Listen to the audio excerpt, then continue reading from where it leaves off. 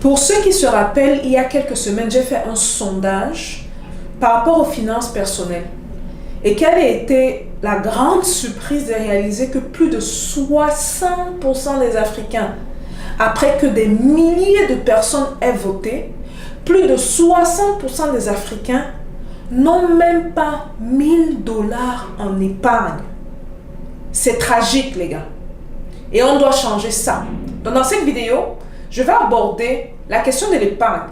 Je vais vous donner 3 astuces que vous pouvez appliquer pour vous forcer à épargner. Parce que vu que on ne le fait pas, vous ne pouvez pas le faire de manière consciente, on va donc essayer la force. Je vous dis tout après le jingle. Stay tuned.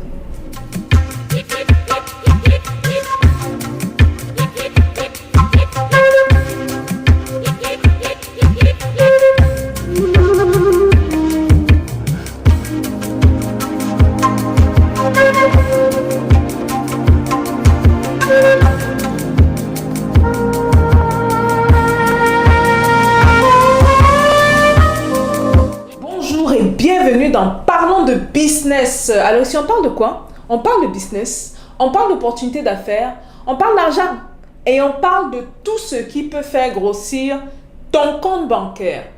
Aujourd'hui on aborde un thème super important parce qu'après le sondage effectué il y a quelques semaines sur la chaîne, quelle a été ma très grande surprise de réaliser que l'épargne n'est pas une habitude des Africains ou des Noirs. Les gars, c'est dangereux parce que l'épargne est la base de tout enrichissement. Si vous n'avez pas d'épargne, c'est très difficile, voire impossible de vous enrichir.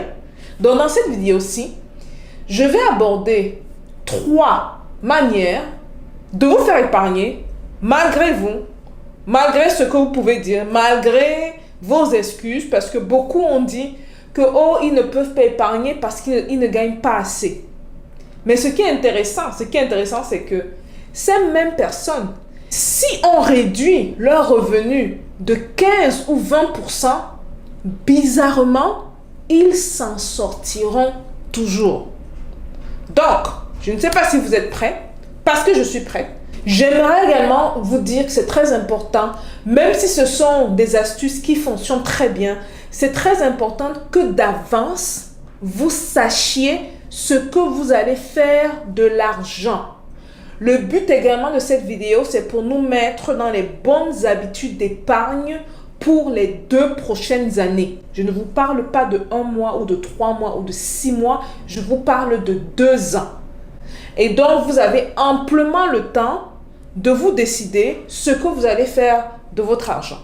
Alors, la première astuce que je vais vous conseiller, c'est de joindre une tontine. Ça a l'air basique, mais ça aide énormément. La tontine vous force à épargner.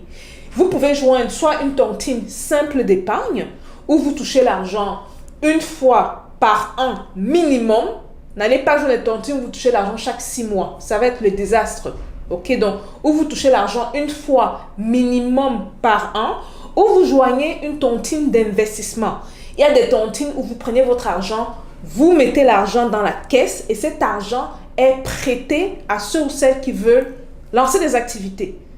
Donc, forcez-vous à trouver une tontine. Il y en a suffisamment autour du monde pour que vous n'ayez pas de raison pour ne pas en trouver. Si vous suivez cette vidéo de l'Afrique, en Afrique, mais encore, c'est encore pire que ça.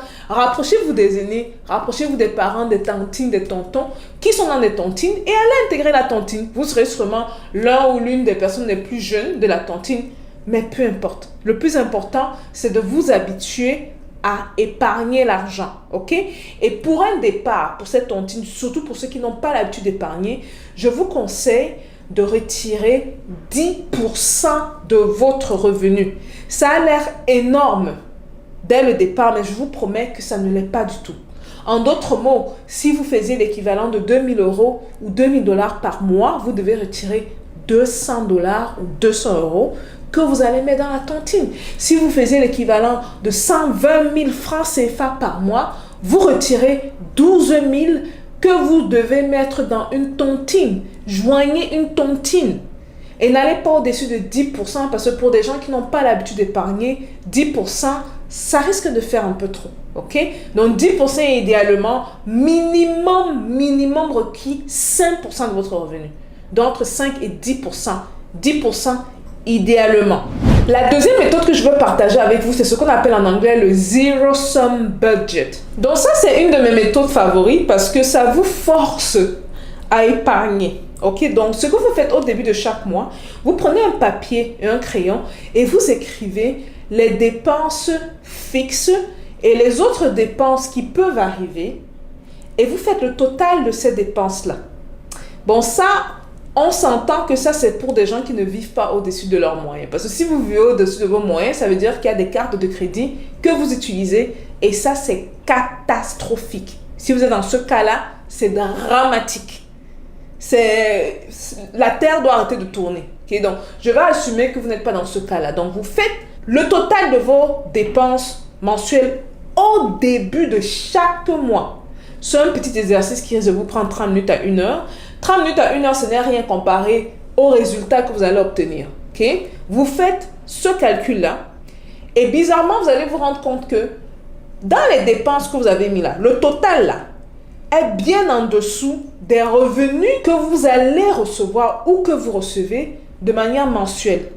L'excédent, écoutez-moi bien, l'excédent, après avoir fait le total des dépenses fixes et d'autres dépenses, vous prenez cet excédent-là et vous le mettez dans un compte d'épargne, loin des yeux.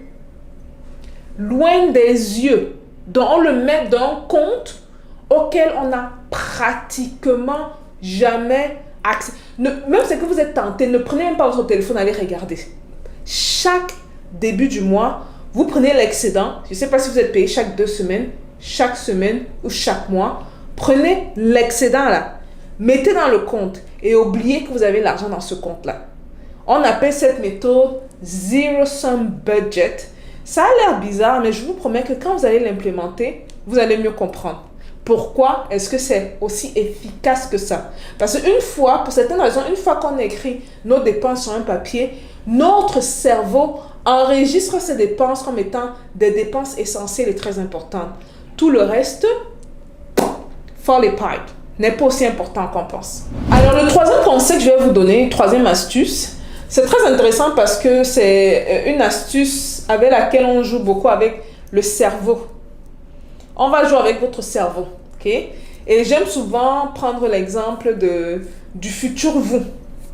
Vous, dans 2 ans, qui vient vous rendre visite et qui soit va vous remercier pour ce que vous faites aujourd'hui, soit va vous insulter des erreurs minimes que vous commettez aujourd'hui, aussi petites soient-elles. Parce que ce qui est intéressant avec les erreurs, c'est que quand on en fait une, et on en fait 2, et on en fait 3, ça crée une boule de neige. Et ça devient dramatique à la fin.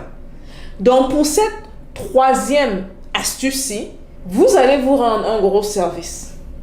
Ouvrez un compte, et dans les comptes bancaires qu'on ouvre, ne serait-ce qu'ici en Occident, on a l'opportunité de dénommer le compte. Donc on peut donner un nom au compte. Et dans ce compte-là, vous mettez votre prénom et vous rajoutez dans 2 ans. Donc, par exemple, moi, je vais ouvrir un compte et le dénommer Stéphanie dans 2 ans. Et ce compte-là, c'est une facture mensuelle que vous créez en votre nom. Pareil que le compte du loyer. Je ne sais pas comment chacun d'entre vous payez vos bailleurs ici. Mais nous, par exemple, nous, on fait des transferts automatiques. Donc, à chaque mois, le premier de chaque mois, l'argent est transféré de notre compte au compte de notre bailleur. Il y a le loyer, il y a l'électricité. Et parmi ces dépenses obligatoires, je vous dis obligatoire, ce n'est pas une option. Parmi ces dépenses obligatoires, rajoutez le compte en question, qui est Stéphanie dans 2 ans, ou Arthur dans 2 ans, ou Cyril dans 2 ans, ou Armel dans 2 ans, ou Huguette dans 2 ans, que sais-je. Créez ce compte-là et ayez un montant fixe. Et dans votre tête, mettez ce compte au même niveau que le loyer. Parce que vous payez dans 2 ans. Et si vous faites défaut, vous allez payer les pots cassés. J'espère que vous suivez le raisonnement, c'est très important. Donc, quand vous créez ce compte-là, ne vous dites pas que c'est un compte d'épargne. Dites-vous que c'est une facture que vous payez.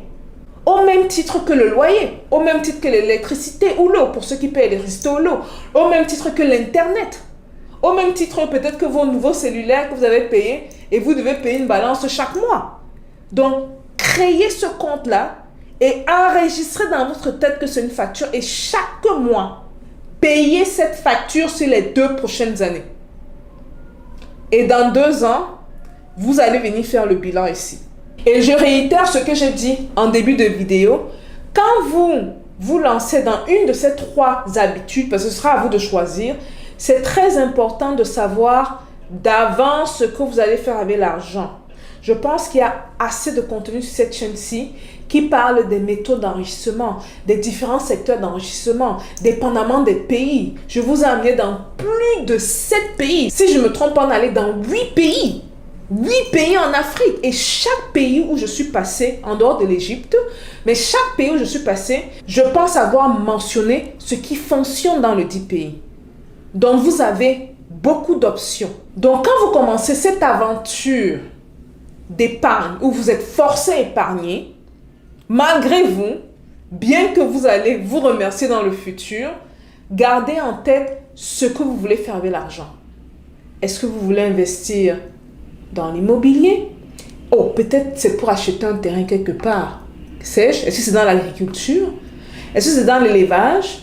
Est-ce que c'est dans le digital? Est-ce que c'est pour prendre une formation? C'est à vous de voir. Est-ce que c'est dans le textile?